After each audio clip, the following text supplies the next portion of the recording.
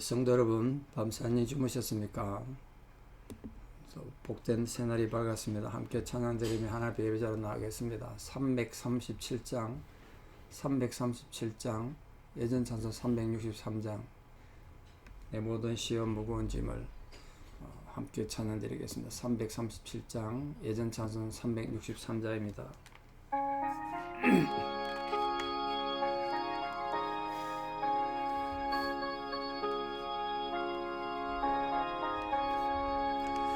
내 모든 시험 무거운 짐을 주 예수 앞에 아뢰이면 근심에 쌓인 날 돌아보사 내 근심 모두 맡으시네.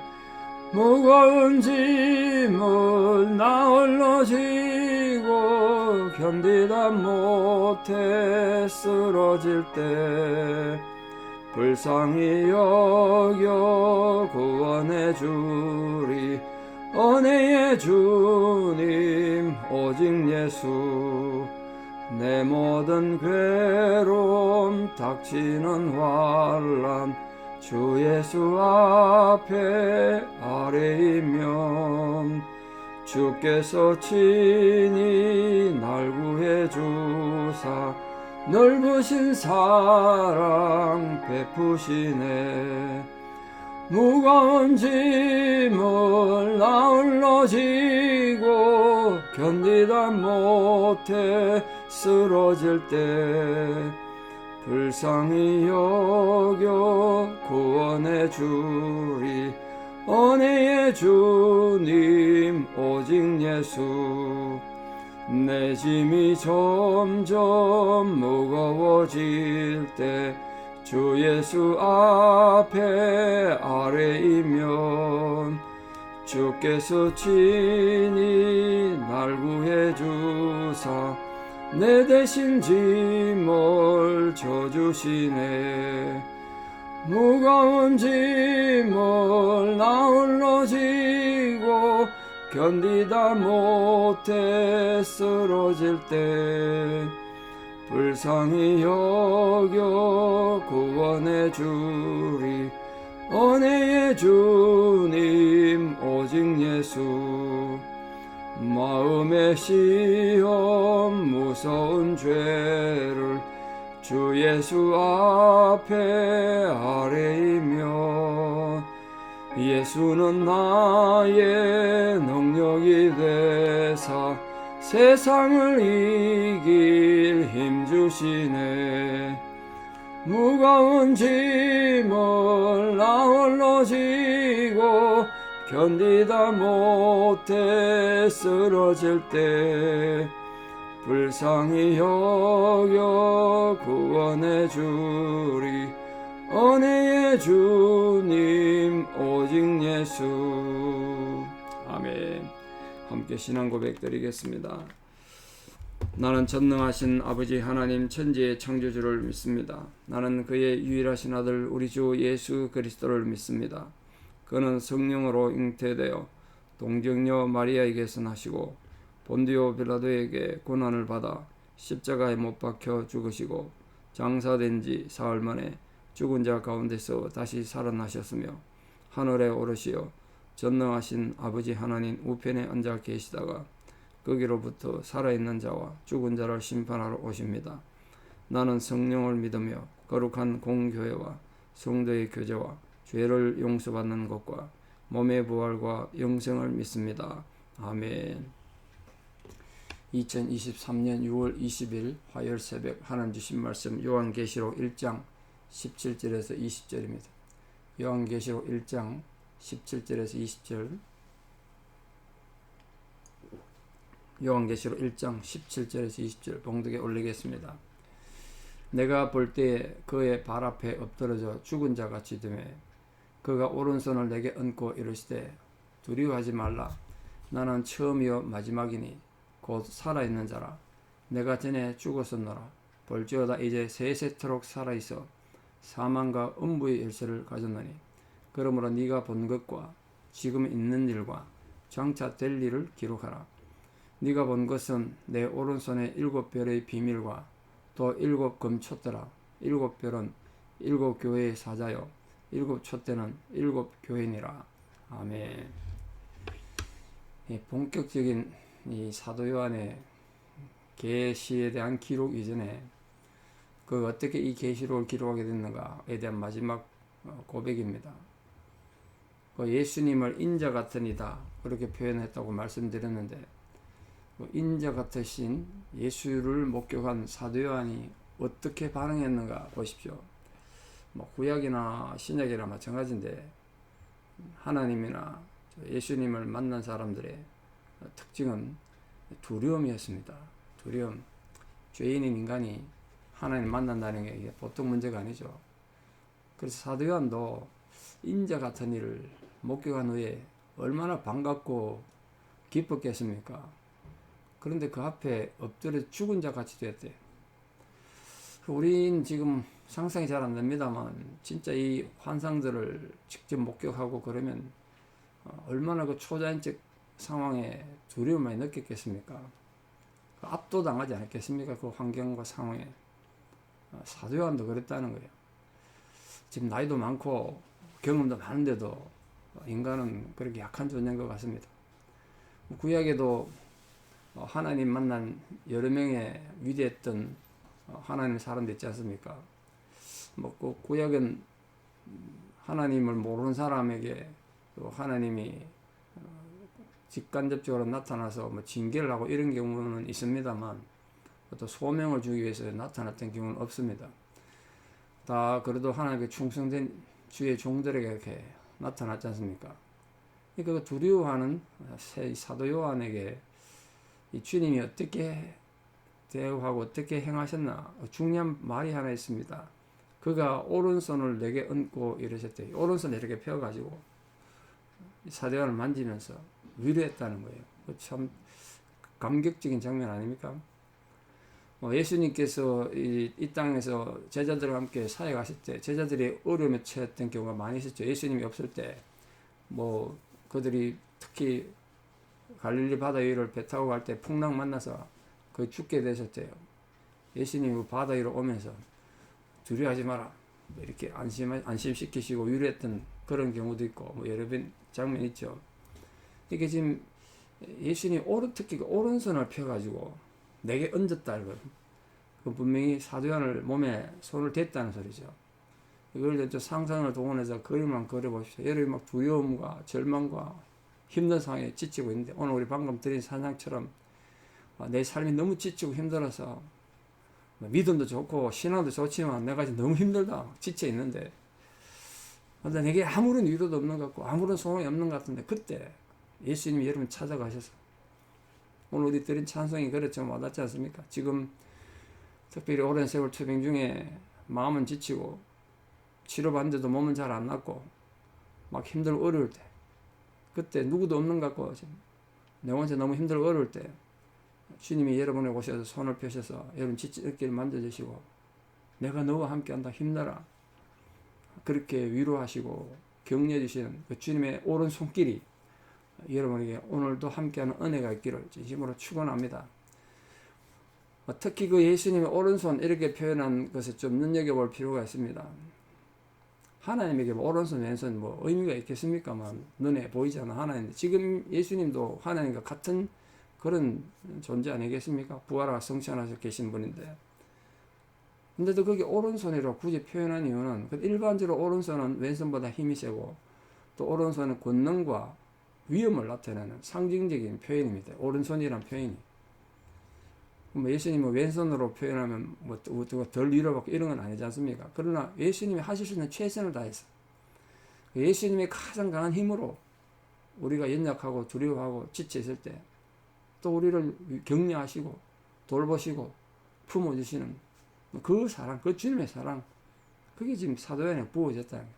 오늘 이 하루도 또 우리가 이 지상에서의 마지막 삶이다 하는 그 순간까지 우리 때로는 절망하고 두려움에 빠져지고 또 삶의 고달픔에 의해서 지쳐있을 때 주님의 오른손을 펴시는 위로와 격려가 우리 모든 성도들과 함께 하기를 진심으로 축원합니다.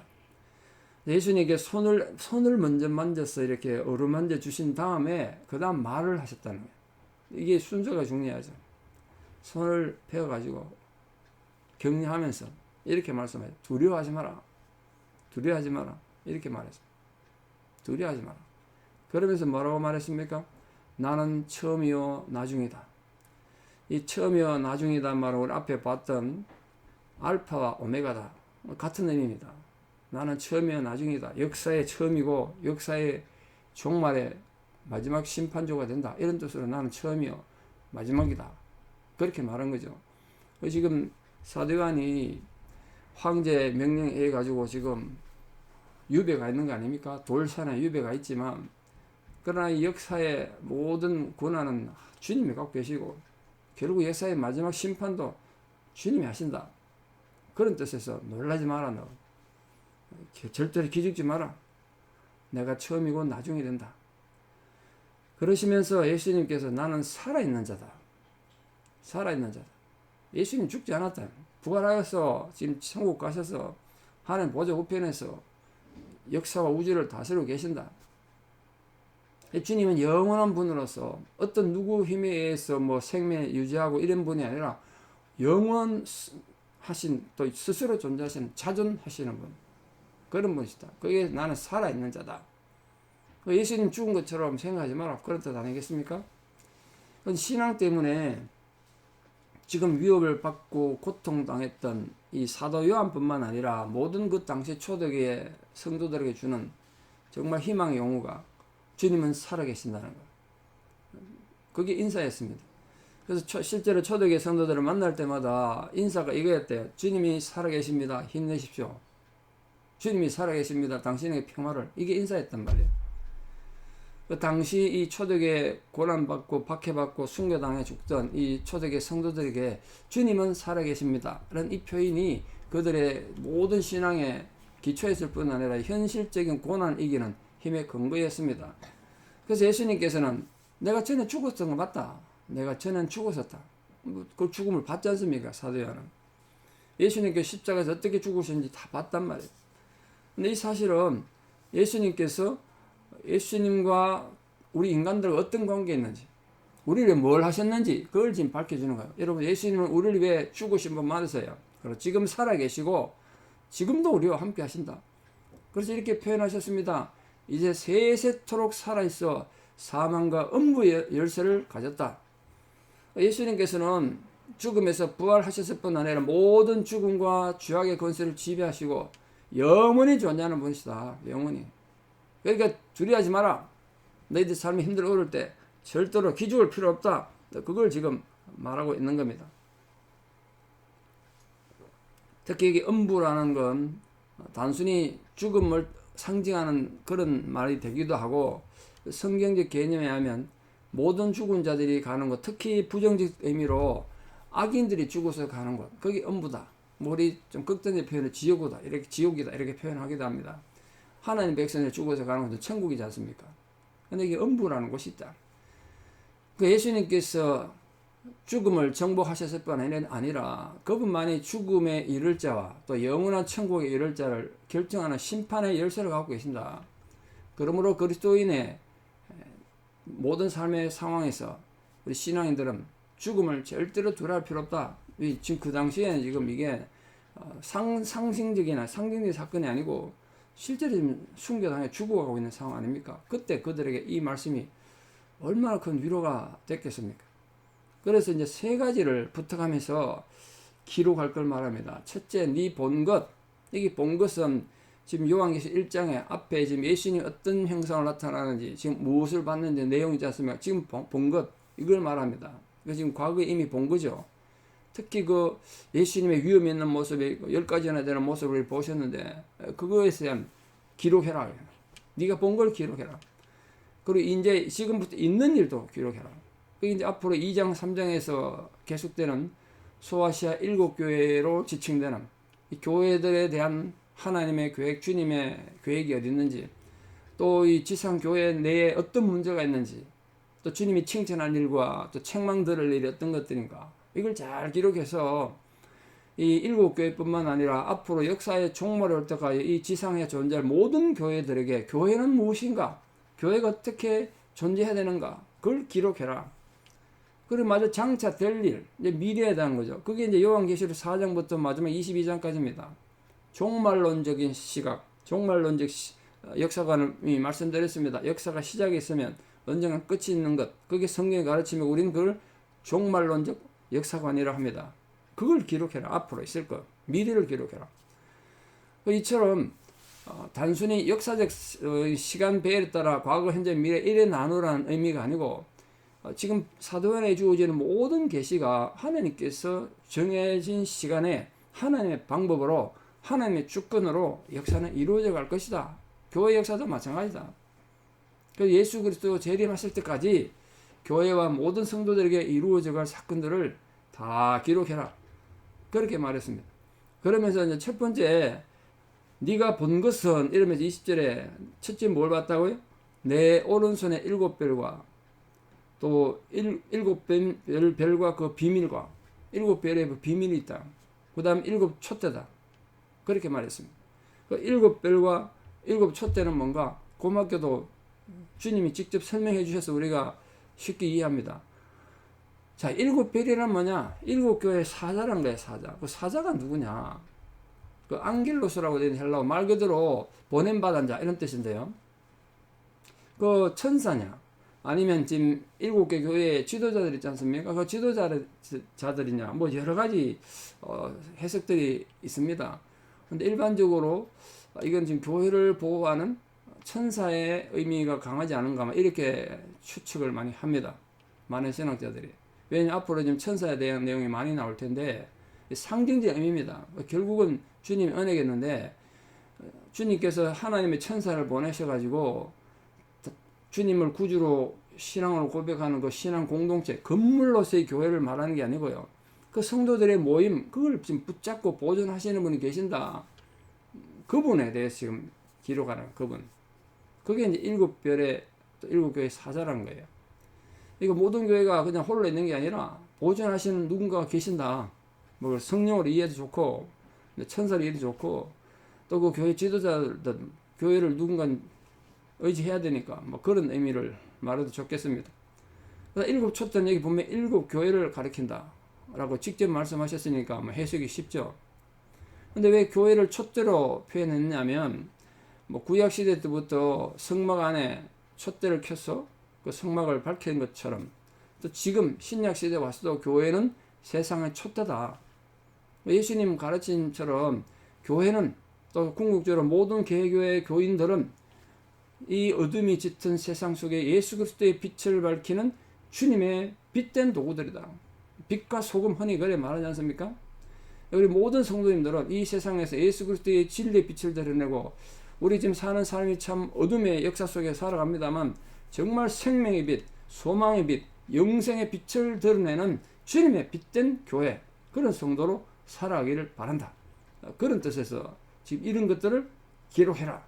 그렇게 오늘 우리에게 말하고 있는 겁니다. 특히 그 당시 고난당하는 초대교회 교인들이, 야, 우리가 이렇게 연약하고 비참하게 숭배당해 맹수한테 찢겨 죽고 살아서 불에 타 죽어야 되느냐, 그렇게 힘들어할 때, 아니다. 너희들 삶이 비참한 것이 아니다. 너희들은 비록 고난당하고 숭배당하는 상황에서도 세상의 빛이다. 그래서 너희들은 햇빛으로 존재한다. 역사의 어둠 속에서 그런 분명한 빛으로 존재한다는 그 소명의식과 희망과 영생에 대한 약속을 주신 것입니다. 오늘 사는 모든 성도님들이 살아가는 모든 상황 속에서 이 주님의 가르침을 잘 기억해서 오늘도 우리 여러분의 모든 고난 가운데 주님의 오른손을 펼쳐서 여러분을 격려해 주시고, 두려워하지 말라고 직접 말씀해 주시고, 우리로 하여금 이 어둠의 세상에서 정말 촛대 역할을 충실히 감당하는 그런 성도, 그런 예수 제자로 우뚝 세워지는 우리 귀한 성도들 다 되시기를 진심으로 축원합니다. 기도드리겠습니다. 아버지 하나님, 오늘도 이 어둠이 깃든 역사 속에서 우리를 불러 주의 제자로 삼아주신 은혜를 감사드립니다. 우리가 살다가 육신의 질병으로 지치고 여러 가지 환경의 얼음으로 마음이 낙심되어 두려움과 절망과 고통을 당할 때, 그때 주님이 직접 찾아오셔서 오른손을 펴셔서 우리를 어루만져 주시고 위로해 주시고 격려하시는 그 귀한 은혜에 진실로 감사드립니다. 특별히 지금도 오랜 세월 투병 중에 마음이 낙심하고 참 지치고 고통받는 심령들의 주님의 위로의 손길이 부어져서 그 심령이 소승케 되고 용기를 얻고 회복되는 은혜가 있게 하여 주시옵소서. 다시 용기를 가지고 일어서서 주님과 더불어 함께 이 모든 고난을 이기고 우뚝 서서 승리의 찬양을 부르는 귀한 성도들 될 수 있도록 도와주시옵소서. 나는 처음이요 마지막이다. 그렇게 우리를 격려하시고 위로하시는 주님의 크신 위로가 우리 모든 성도들의 형편과 처지에 부어지고 또 우리 모든 성도님들에게 주님의 제자로서의 소명을 깨닫고 우리가 용기를 가지고 두려움 가운데도 일어서서 믿음으로 승리하는 귀한 성도들 다 될 수 있도록 이 하루에도 은혜의 은혜를 더하여 주시옵소서. 이제는 우리 주 예수 그리스도의 은혜와 하나님 아버지의 만극하신 사랑과 성령님의 위로 교통 역사하심이 진실로 주의 손길로 우리를 격려하여 주시고 위로하여 주시는 주님의 은혜로 말미암아 내가 세상의 빛으로 우뚝 서서 살아가기를 결단하는 사랑 성도님들의 아름다운 신앙의 고백 위에 특별히 지금 현재 그렇게 고통받고 투병 중인 모든 성도님들과 힘겨운 상황에 있는 성도님들을 위해 또 은근각지 흩어져 살아가는 우리 사랑하는 모든 자녀들 삶 위에 이제부터 영원토록 함께 하시옵기를 간절히 축원하옵나이다. 아멘. 여러분 오늘부터 아동부가 BBS 시작하는데 위에서 많이 기대해 주시고 또 사고 없이 잘 마치도록 우리 아이들이 어린 심령에 복음이 잘 심겨지는 소중한 기회가 되도록 함께 기대해 주시길 바랍니다. 우리 선생님들 수고 많으십니다. 감사합니다.